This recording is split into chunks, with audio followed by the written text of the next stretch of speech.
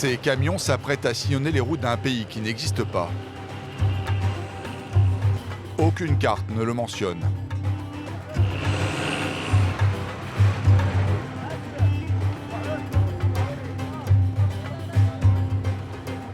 Il a pourtant bien une frontière, et elle est loin d'être imaginaire. Des douaniers en costume officiel contrôlent chaque personne et prélèvent une taxe sur les marchandises, comme dans un vrai pays.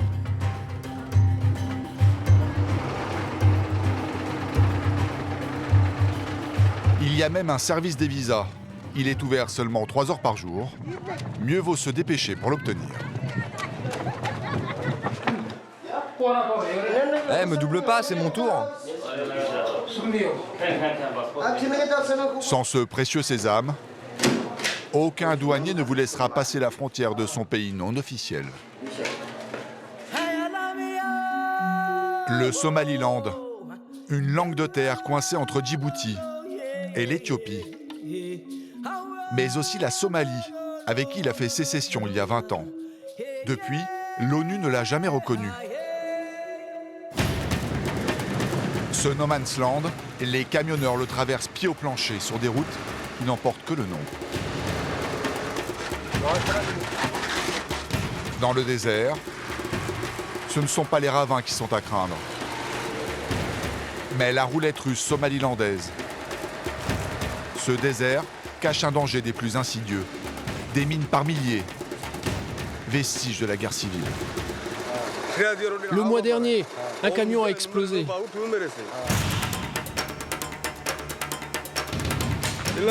C'est tout ce qu'il en reste. Ils sont tous morts. Chaque voyage est un pari pour ces camionneurs et leurs marchandises. Le Somaliland n'ayant aucune existence légale, les assureurs refusent de couvrir les transports. Le Somaliland ne connaît que la dure loi des hommes du désert. Les querelles se règlent souvent à coups de kalachnikov. Et ce trou dans mon pare-brise, c'est à cause d'une balle. On m'a tiré dessus.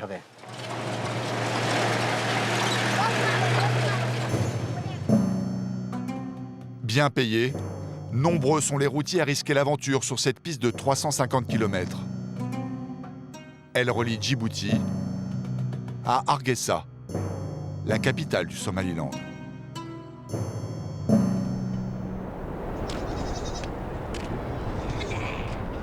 De l'autre côté de la frontière, la ville de Zeila, ou plutôt un champ de ruines, qui abrite près de 10 000 personnes. Une ville-étape pour tous les chauffeurs.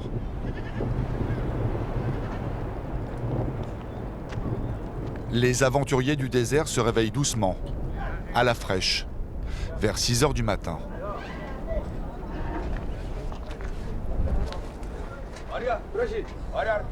Rachid, 42 ans, fait le trajet jusqu'à la capitale 2 fois par semaine. Ce camion, c'est tout pour moi. C'est ma maison, mon lit. C'est ma vie, quoi. Avant chaque départ, Rachid s'acquitte des taxes douanières. Une opération qui tient plus du folklore. C'est le représentant de sa compagnie qui apporte l'argent. Il se trouve dans ce sac de toile. On pourrait croire qu'il y en a pour une petite fortune. Loin de là. La monnaie du pays ne vaut rien. Il faut près de 10 kilos de billets pour payer l'équivalent de 1 000 € de droits de passage. L'employé des douanes n'en peut plus de compter des milliers de billets. Ça, c'est 500 000 shillings du Somaliland. 500 000. Soit un peu plus de 50 €. Les fonctionnaires ne les comptent même plus. Ils contrôlent juste l'épaisseur des liasses. Et mieux vaut donner la pointe, sinon on gare à la monnaie. C'est bon, il y a le compte.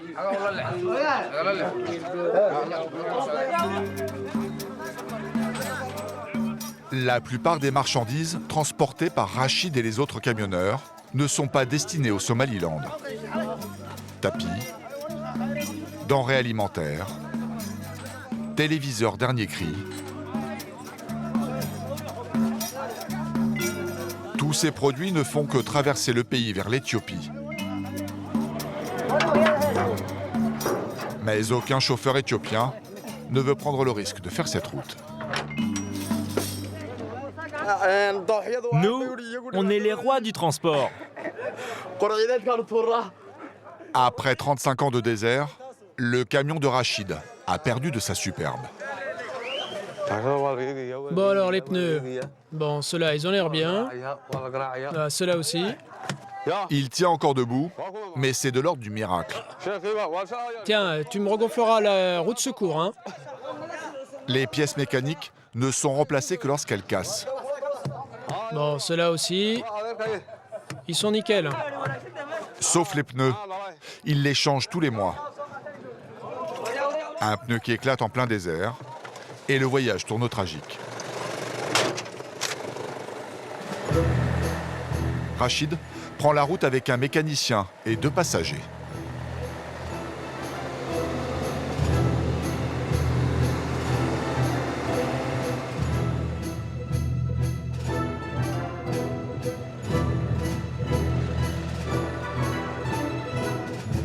Dès 8 h du matin, le soleil bloque l'aiguille du thermomètre à son maximum, 50 degrés.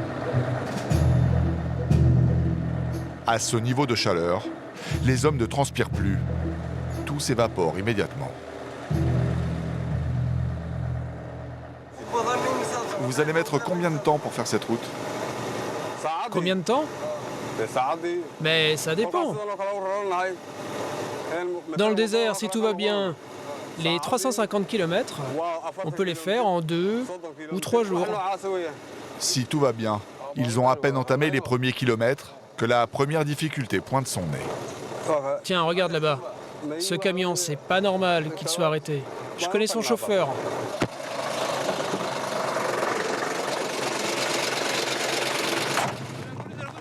Alors, qu'est-ce qui t'arrive? J'ai l'embrayage qui m'a lâché. Mais comment tu t'es foutu dans cette galère? Et il faut vite que tu sortes d'ici. Ton camion est dans le passage. Tu risques de te faire percuter par les autres camions. Comment peut-il risquer l'accident? Son camion est visible de loin et les autres véhicules ont la place de le contourner. En fait, tout cet espace n'est qu'un immense piège. La terre qui borde la route est extrêmement fine et sous cette croûte se cache du sable mou.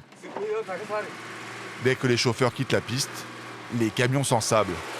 C'est pour cela qu'ils rasent les véhicules en panne, et souvent à fond.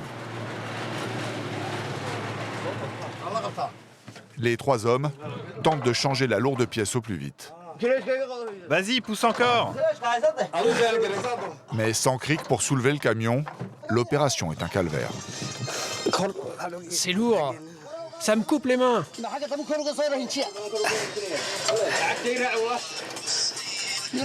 Vas-y, pousse avec les pieds. On ne passe jamais à côté d'un copain en panne sans s'arrêter. Car si on ne s'aide pas dans le désert, on est mort. On est tous des frères de la route. Le copain de Rachid repartira quelques heures plus tard.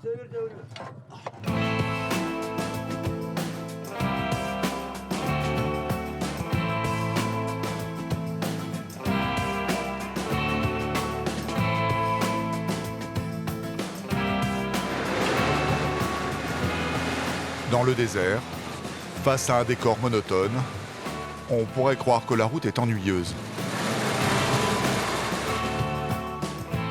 Et bien loin de là, on y trouve les histoires les plus invraisemblables. Comme ces 2 poids lourds. Ils se sont percutés de plein fouet, un gag en plein désert. Hé les gars, qu'est-ce qui vous arrive? Ah, c'est juste ton radiateur qui est foutu. Ah ouais, c'est mort. Le radiateur est percé. Ce métier est un enfer. On est des chiens, des esclaves.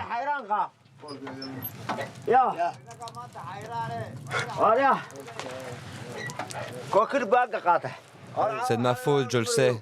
C'est de ma faute car j'ai plus de frein. Je vais te raconter. J'arrivais la nuit par là-bas et j'ai vu l'autre camion sur la piste. Le chauffeur était parti uriner et avait laissé ses phares allumés. Mais je n'ai pas voulu sortir de la route pour l'éviter. Sur cette portion du trajet, le risque n'est pas l'ensablement, mais l'explosion. Sur des kilomètres, le désert est truffé de mines. Un vestige de la guerre de sécession entre le Somaliland et la Somalie. Le déminage a été confié à une ONG anglaise. Régulièrement, elle met à jour une carte destinée aux chauffeurs. Chaque point rouge représente un champ de mines. Cette portion-là, elle a été nettoyée. Elle est sûre. En revanche, si je regarde la carte, on sait où c'est dangereux. Il ne faut absolument pas sortir de cette piste. Par là-bas, le mois dernier, c'est un camion qui a sauté.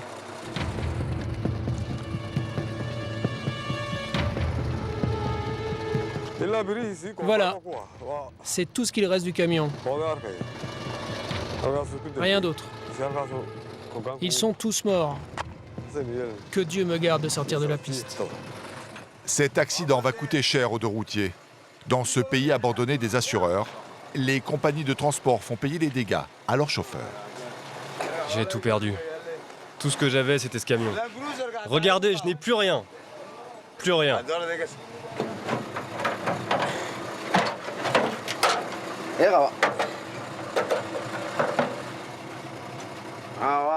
Je vais attendre jusqu'à ce qu'on m'apporte un nouveau radiateur. Au milieu de nulle part, les téléphones ne passent pas. Rachid préviendra leur patron une fois arrivé à la capitale.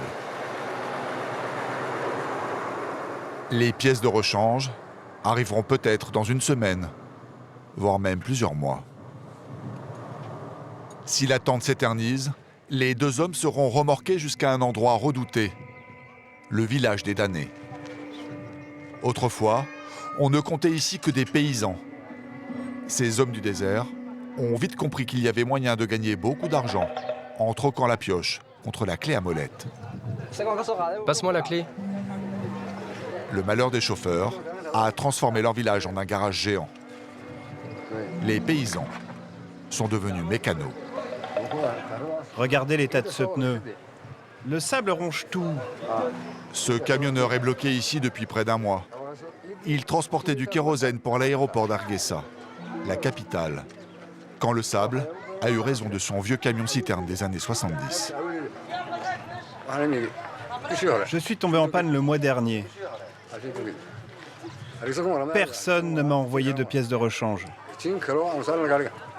J'étais dans le désert quand le moteur s'est cassé. Je savais que c'était dangereux de rouler dans le sable. L'endroit ressemble à une étable, mais c'est en fait un hôtel. Il accueille les Robinson du désert pour quelques centimes d'euros. On est une dizaine à vivre là. Ils sont tous comme moi, à attendre des pièces de rechange. On ne peut même pas dormir la nuit car il fait trop froid.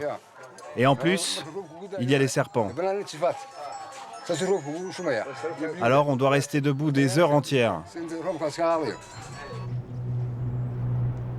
Le coin est maudit selon Georges, chauffeur de taxi-brousse touché par le sort il y a 2 mois. C'est celle-là. Toute sa fortune est partie en fumée en quelques minutes. Je m'étais arrêté pour acheter à boire. Juste à côté, une maison a pris feu. L'incendie s'est vite répandu. Ma voiture a brûlé. Il n'y a pas de pompiers ici puisqu'il n'y a pas d'eau. Rien pour éteindre le feu. Il n'y a pas d'assurance au Somaliland. Personne ne me remboursera. Je suis seul maintenant.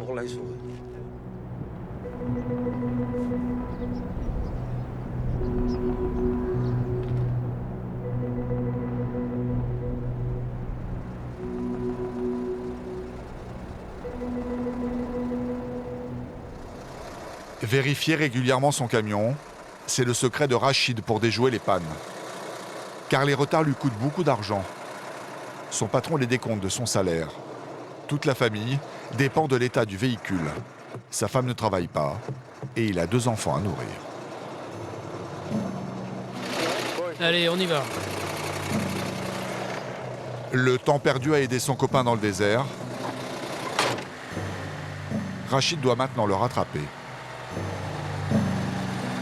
Le plus dur la nuit pour les chauffeurs est d'arriver à suivre la piste.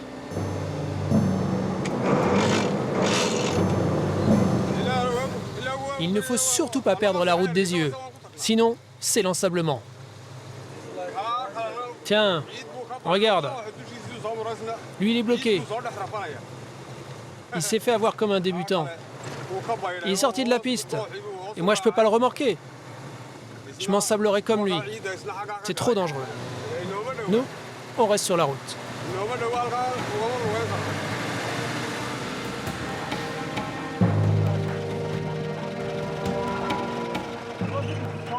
Ces hommes le savent, ils sont là pour une bonne partie de la nuit. Cela fait 6 heures qu'ils bataillent. On est foutus. Les 3 chauffeurs sont à bout de force Personne ne viendra nous aider. et résignés. Mais c'est de notre faute.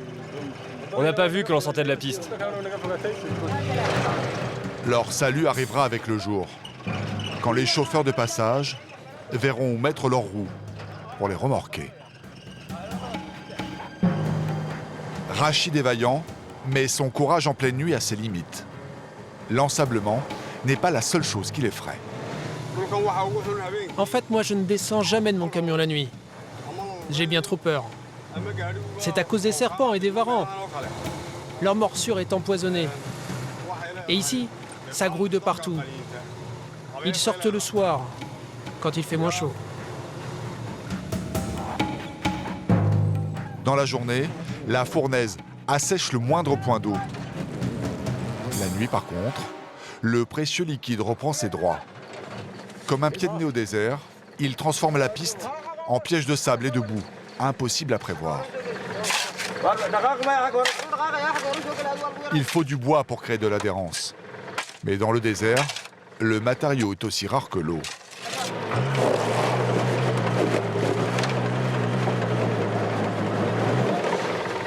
Les chauffeurs doivent se contenter d'un rondin de bois qu'ils avaient embarqué.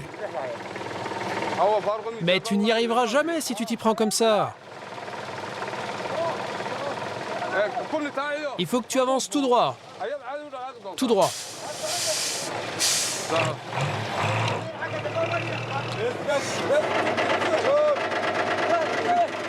Rachid tente de prendre les choses en main.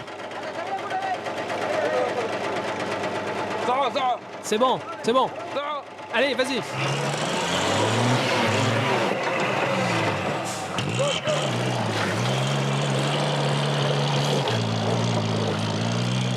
Souvent, les chauffeurs n'ont pas d'autre choix que d'attendre le retour du soleil. Non, non, je suis pas très inquiet. Je vais franchir le passage sans problème. Ils vont emboucher les trous là et là. Et moi, je vais prendre cette trajectoire tout droit. Allez, toi, tu me ranges la pelle, hein?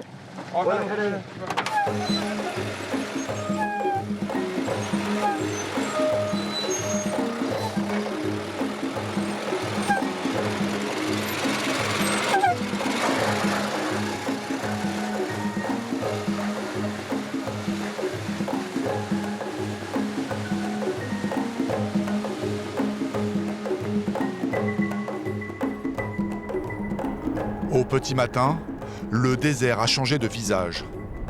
Il est un peu plus vert. Dans cet endroit hostile, la vie tente de reprendre le pas tant bien que mal. De l'eau se cache sous le sable, tout juste de quoi faire pousser ses plantes rachitiques et déformées. Rachid roule depuis près de 24 heures. Épuisé, il fait une halte dans cette petite oasis. Elle marque la moitié du parcours. Je suis mort. Complètement vanné.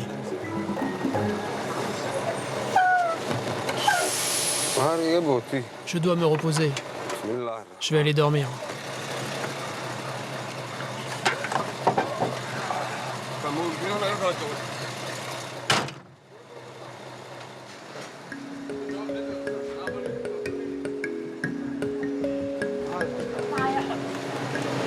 Alors, tu as de l'eau fraîche? Non, non, j'ai plus rien. Rien? Oh non! Il ne lui reste que du thé. Et de quoi lutter contre la fatigue. Du cat. Tous les chauffeurs en mâchent. Ces petites feuilles vertes ont pour vertu de tenir les hommes éveillés. Les yeux de Rachid tournent au rouge. C'est une drogue puissante qui agit rapidement. Il devient aussi très irritable. De toute façon, le Somaliland, tout le monde s'en fout. On en a marre. La terre entière nous a abandonnés.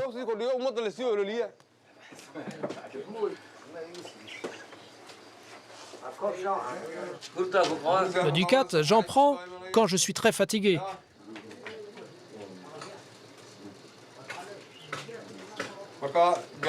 Là, je broute ma dose pour tenir le reste du voyage.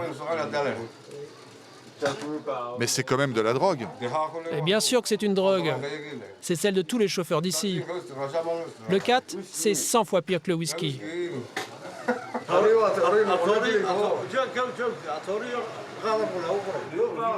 Finalement, la fatigue sera bien plus forte que les effets de la drogue.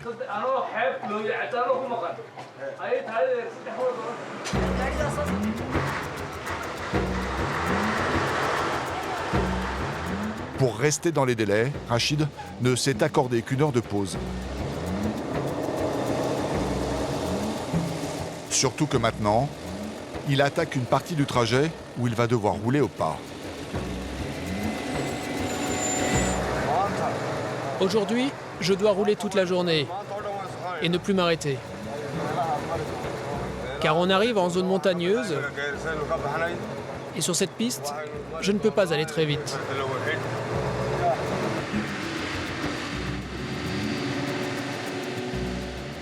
Derrière cette chaîne de montagnes se cache la capitale et la fin de son voyage. Mais pas la fin des embûches.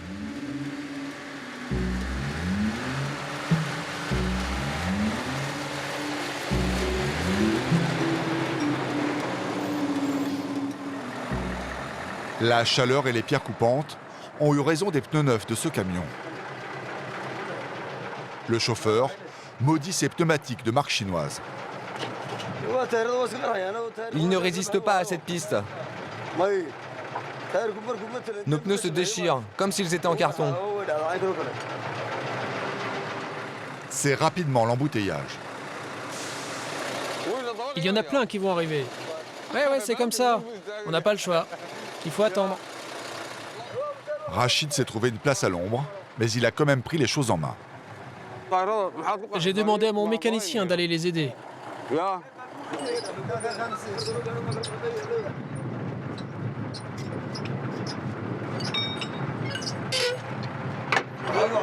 Mais pourquoi tu l'aides? C'est pour qu'on reparte plus vite. Tu comprends? Une heure plus tard, la piste est enfin dégagée.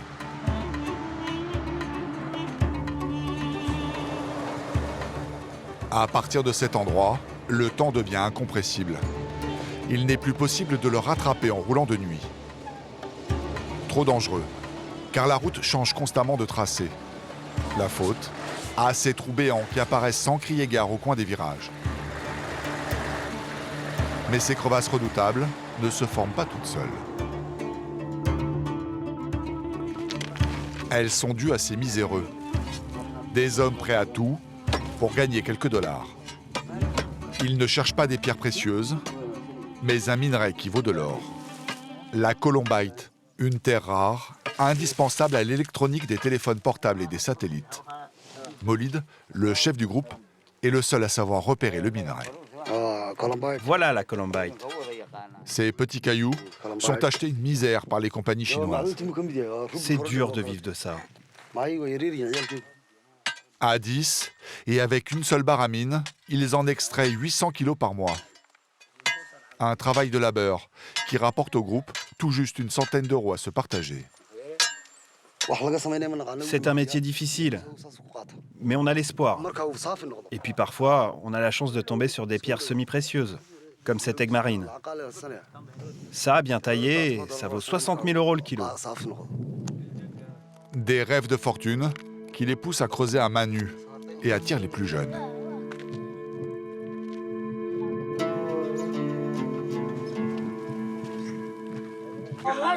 Bien sûr que non, on ne va plus à l'école. On préfère venir ici, dans les mines. L'école, ça ne nous intéresse pas. Et ici, on peut devenir riche. Moi, mon rêve, c'est d'acheter des voitures de sport. Très chères. Ce jour-là, le groupe a extrait 30 kilos de minerai. Maintenant, il faut vérifier sa qualité. C'est ce qui détermine son prix au kilo.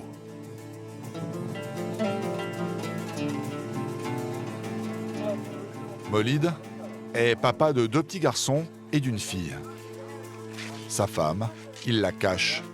Elle n'a pas le droit de se montrer devant des étrangers. Molid est l'un des rares pères à envoyer ses enfants à l'école. Moi, je veux faire comme mon père. Mais il les forme quand même à reconnaître les différents minerais. Tiens, cherche avec moi les morceaux d'aigue marine et de colombite. Aigue marine.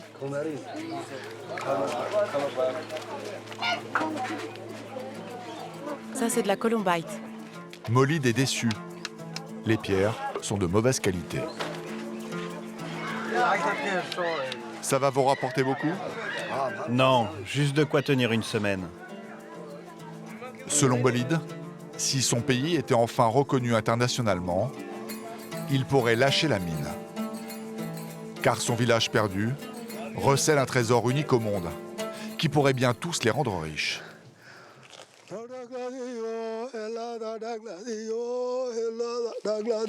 Le gardien de ce trésor unique au monde s'appelle Moussa. Pour l'instant, il est le seul avec quelques bergers à profiter de cette découverte. Ce site, c'est un peu le Lascaux africain. Des archéologues français l'ont découvert il y a 10 ans. Sur les murs, des dizaines de dessins préhistoriques. Toute la région espère qu'une fois le pays pacifié, les touristes du monde entier viendront ici par milliers. Le vieil homme a déjà répété l'histoire qu'il contera aux riches touristes. Alors là, on voit parfaitement les dessins sur les murs. Ce sont des géants de 5 mètres qui les ont faits. Ils vivaient ici il y a 6000 ans.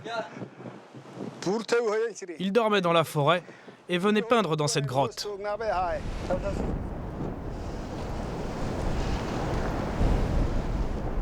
Mais ce trésor ouvert à tous les vents est en train de disparaître. Personne ne le protège des intempéries.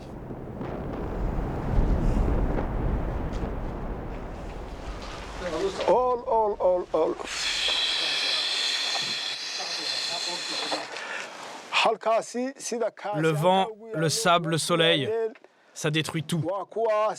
Regardez ce dessin, il s'efface.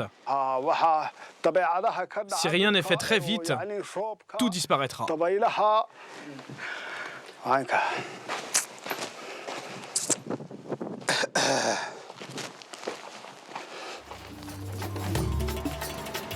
Après avoir passé les montagnes, Rachid met pied au plancher. Maintenant, il a un peu d'avance et peut même espérer une prime.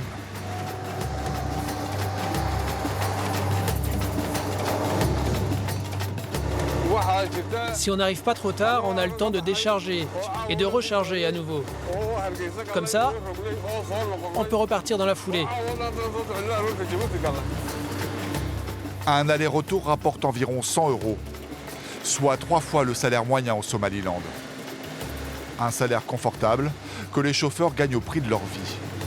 Beaucoup meurent sur cette route.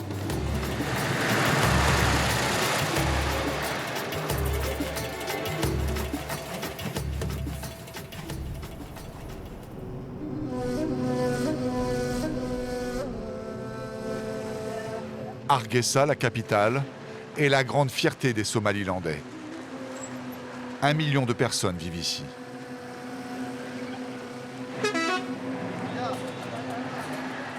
Complètement rasée par la guerre civile il y a 20 ans, elle a été reconstruite sans aucune aide internationale. Mais dans la plus grande anarchie, à l'image de son réseau électrique.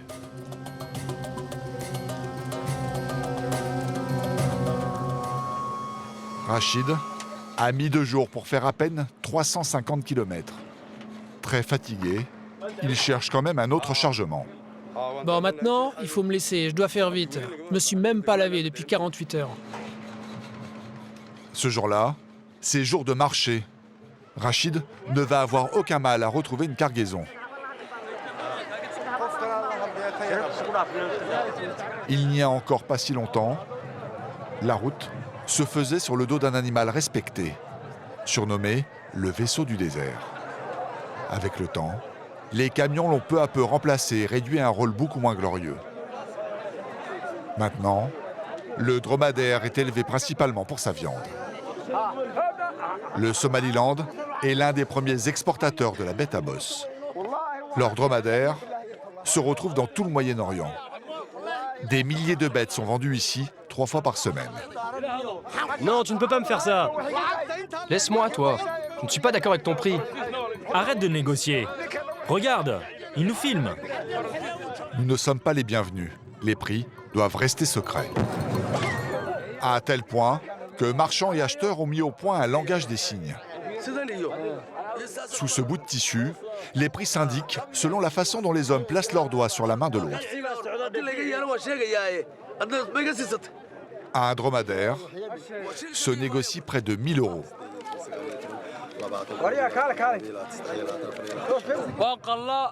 Pour nous, le dromadaire, c'est tout. Tout Somalilandais doit avoir son dromadaire. Sans lui, il ne peut pas vivre. C'est notre viande préférée. Elle nous rend forts. La bosse, les cuisses, c'est ce qui fait de nous des hommes. Tout ça, c'est tellement bon. Selon les hommes du désert, manger de la viande de dromadaire rend viril et sans peur. Car l'animal, placide au premier abord, a un caractère bien trempé. Le faire embarquer dans les camions demande beaucoup de courage. Leur coup de patte en a estropié plus d'un.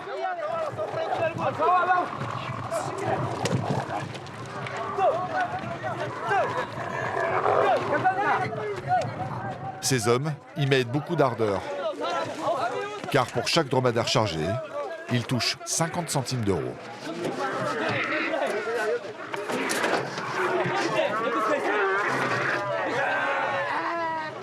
À ce prix, ils sont prêts à porter les bêtes les plus revêches. Tant pis si elles se blessent.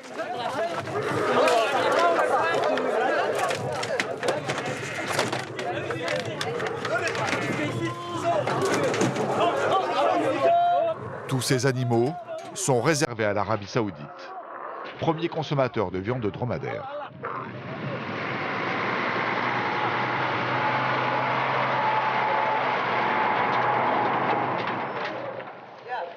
Le maigre salaire de ces hommes de force, comme Ismaël, est souvent immédiatement dépensé dans la journée. Quand ma femme n'est pas là et que je n'ai plus rien à faire, c'est ici que je vais pour retrouver mes potes. Cette petite cabane verte est strictement réservée aux hommes. C'est ici qu'ils achètent le khat. Les chauffeurs ne sont pas les seuls à mâcher cette drogue. Presque toute la population en consomme. C'est ça qui nous tue. Le tabac et le khat.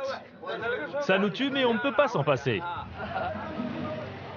Ces boutiques vertes, il y en a plus d'une centaine à Hargeisa.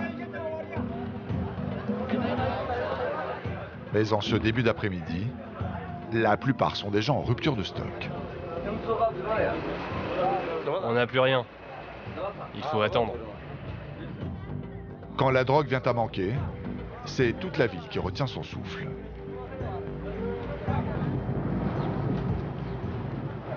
J'en achète tous les jours pour 7 €. Pourquoi c'est si important pour vous? On n'a pas de travail, vous savez, on n'a rien. Je suis diplômé de l'université d'Hargeisa en business management. Et je suis au chômage.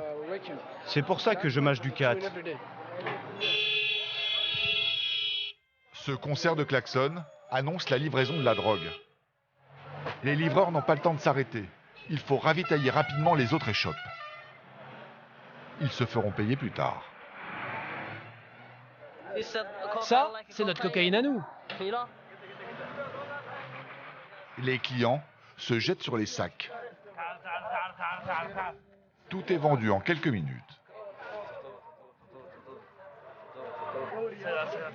Au Somaliland, on ne plaisante pas avec le cat.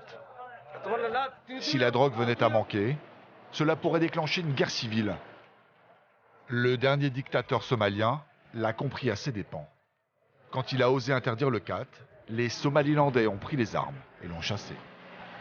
Aujourd'hui, le trafic est contrôlé par 2 familles, millionnaires en dollars. Aucune des 2 n'a voulu nous rencontrer. Mais l'une d'elles a accepté que l'on suive l'un de ses livreurs. Grâce à l'argent de la drogue, Mohamed a pu gonfler le moteur de son camion. J'ai ajouté un turbo à mon camion pour qu'il aille plus vite. Il est capable d'aller jusqu'à 150 km/h.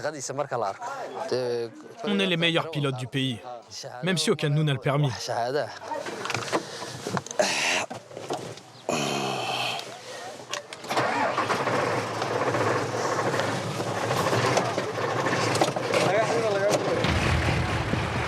Chaque soir, Mohamed, 32 ans, quitte son QG à toute vitesse.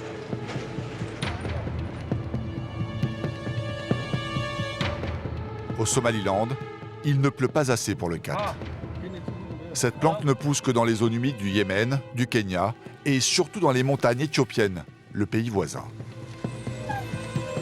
La frontière se trouve à peine à 50 km. Le chargement se fait de nuit, dans un entrepôt discret. Il nous en reste encore à charger? Non, c'est bon. Mohamed embarque 4 tonnes de drogue. Allez, on part tout de suite.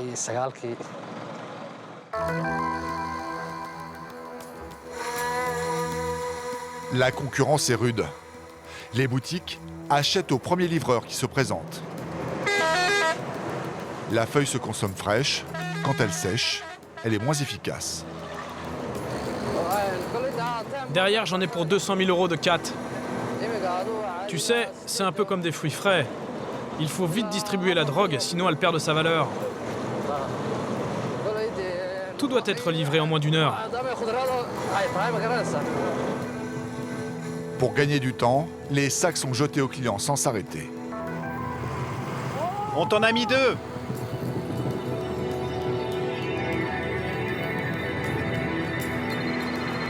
À peine arrivé dans la banlieue d'Hargeisa, Mohamed reçoit un appel de son patron. Allô? Ok, on arrive. On est en retard. Il faut accélérer. Tiens toi, tu en veux? Hein, tu en veux? Vous n'avez pas peur à l'arrière? J'adore ce métier. C'est dangereux d'être derrière. Mais c'est tellement grisant. Tout le monde n'est pas capable de faire ça.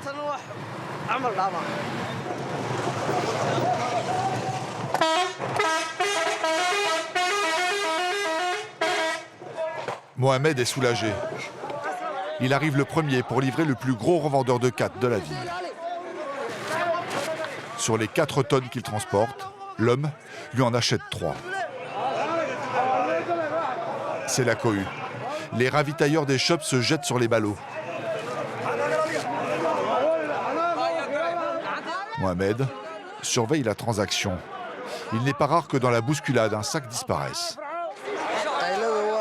C'est toujours la folie quand on livre le cat. Ils attendent tous depuis des heures. Dès 9h du matin, les premiers clients affluent. Mais le cat a un sérieux concurrent des plus surprenants. Une boisson qui se vend dans autant des shops que la drogue. Elle est aussi livrée tous les matins, renfort et se consomme fraîche. C'est super bon. C'est comme du miel. Le lait de dromadaire. Il a la même réputation que la viande. Il rend viril. car il est uniquement réservé aux estomacs les plus solides.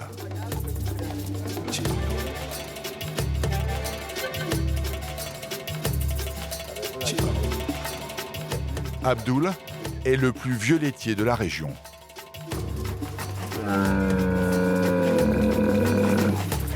Tous les jours depuis 40 ans, il se rend dans le désert acheter le lait aux nomades. Ici, pas de machine, la traite se fait à la main. Le lait frais est ensuite transféré dans ces vieux bidons d'huile. Je vais livrer ce lait à Berbera. J'en ai au moins pour 2 heures de route. Mais il va tourner ton lait. Bien sûr que non. Il va rester frais. Les bidons de lait vont faire le voyage accroché à l'arrière de la voiture, en plein soleil. Et avec son vieux pick-up, le trajet risque de durer plus de 2 heures. La route est vraiment défoncée. Elle est tellement mauvaise que parfois, je n'arrive pas à finir le voyage. Ma voiture est une épave, regarde. Elle est usée de partout. Plus rien ne tient vraiment. Le pare-choc, il est foutu. Je ne te parle même pas des phares. Aucun ne marche. Et ce trou dans mon pare-brise, c'est à cause d'une balle. On m'a tiré dessus. Ça a traversé par là. Heureusement, je n'ai pas été blessé. Abdul espère que son petit-fils prendra la relève. Il lui a appris à vérifier les pneus avant chaque départ.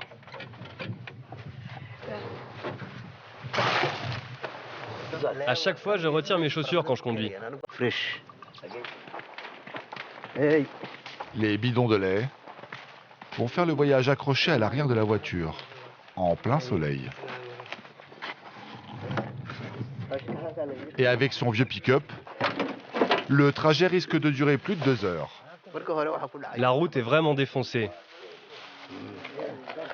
Elle est tellement mauvaise que parfois, je n'arrive pas à finir le voyage. Ma voiture est une épave, regarde. Elle est usée de partout. Plus rien ne tient vraiment. Le pare-choc, il est foutu. Je ne te parle même pas des phares. Aucun ne marche. Et ce trou dans mon pare-brise, c'est à cause d'une balle. On m'a tiré dessus. Ça a traversé par là. Heureusement, je n'ai pas été blessé. Abdul espère que son petit-fils prendra la relève. Il lui a appris à vérifier les pneus avant chaque départ.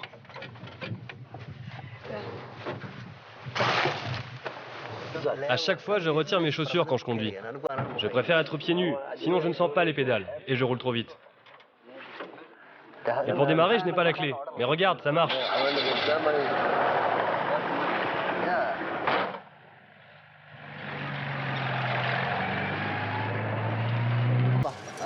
Mais bon, moi j'ai confiance en Dieu. Et il n'y a que 40% de notre territoire qui est miné. Ça pourrait être pire. Tout le long de la route, des éleveurs attendent son passage pour vendre leur lait. Allez, dépêchez-vous! Cette fois-ci, c'est du lait de chèvre. Dans le désert, les hommes sont plutôt machos. Ça commence dès le plus jeune âge. Remplissez-moi ça, et vite. La camionnette d'Abdul sert aussi de taxi pour passagers inconscients. Ces nomades partent vendre leurs chèvres au marché. Fais attention à ses pattes.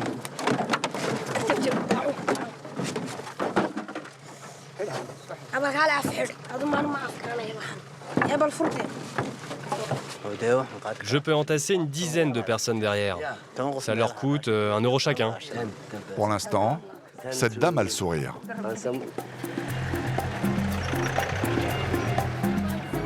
Les nomades ont plus l'habitude d'être bercés par l'allure nonchalante du dromadaire que par les tressautements du cercueil roulant d'Abdul. À l'arrière, très vite, la jeune femme se sent mal. Ah, les femmes, c'est toujours un problème. Surtout chez les nomades. Elles ne sont pas habituées à la voiture et sont malades dès que je roule.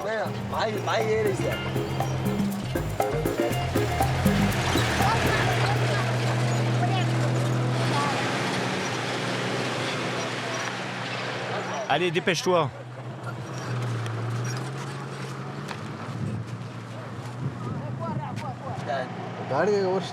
Je ne peux pas m'arrêter à son niveau, j'ai plus de frein. Cette vieille dame est épuisée par une longue marche qui l'a menée jusqu'à ce point de rencontre. Elle n'a plus la force de monter à bord, mais bizarrement, personne ne lui tend la main.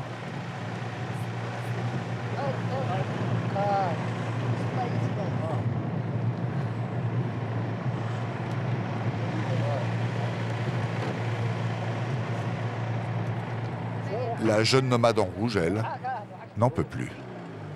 Ça ne va pas? Non. Tu as envie de vomir? Oui, oui.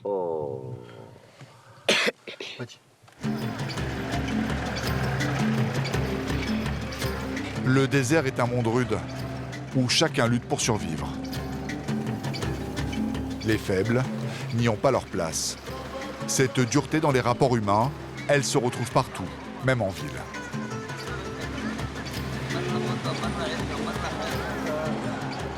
Abdul arrive à Berbera avec 2 heures de retard. Il est immédiatement pris à partie par les laitiers. Il est midi. À cette heure-là, ils vont avoir du mal à vendre leur lait. Un manque à gagner important. Hé, on se calme, on se calme. Vous allez tous récupérer vos chèvres. Bon, elle est où ma chèvre, hein? C'est laquelle? J'en ai assez d'attendre. Malgré son jeune âge, le petit-fils qui ne supporte pas la critique crache sur les râleurs. Quant aux chèvres, c'est à coups de pied qu'il les dégage. Tu m'emmerdes avec ton lait, prends-le et casse-toi. On ne te l'a pas bu. Tiens, prends celui-là et va-t'en.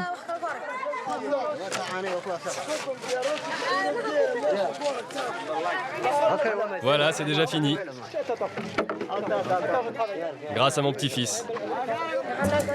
Ça n'a l'air de rien, mais sa voiture déglinguée donne beaucoup de pouvoir à Abdul. Aucun client n'ose se plaindre du comportement du petit-fils. Tous dépendent de son bon vouloir à leur vendre du lait, qu'il est le seul à collecter dans le désert.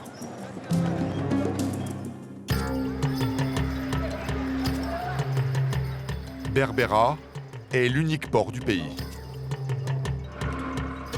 Il n'est pas à l'image de ces carcasses qui traînent au large. C'est un port moderne, capable d'accueillir d'énormes tankers, comme ceux qui transportent en Arabie Saoudite les dromadaires achetés le matin même au marché. 1000 dromadaires se pressent sur ces quais.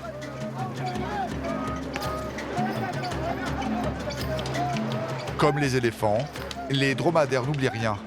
Certains se vengent des maltraitances avec d'habiles coups de patte bien placés.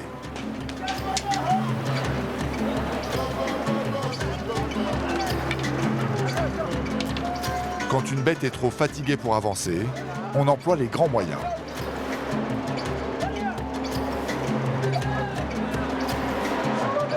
Il refuse de se lever, chef. Ces animaux sont pour l'instant la seule richesse du pays. Mais plus pour longtemps. Les sous-sols du Somaliland regorgent d'or noir. Les compagnies pétrolières internationales commencent à s'y intéresser. Une découverte qui fera peut-être du Somaliland un pays riche et enfin reconnu.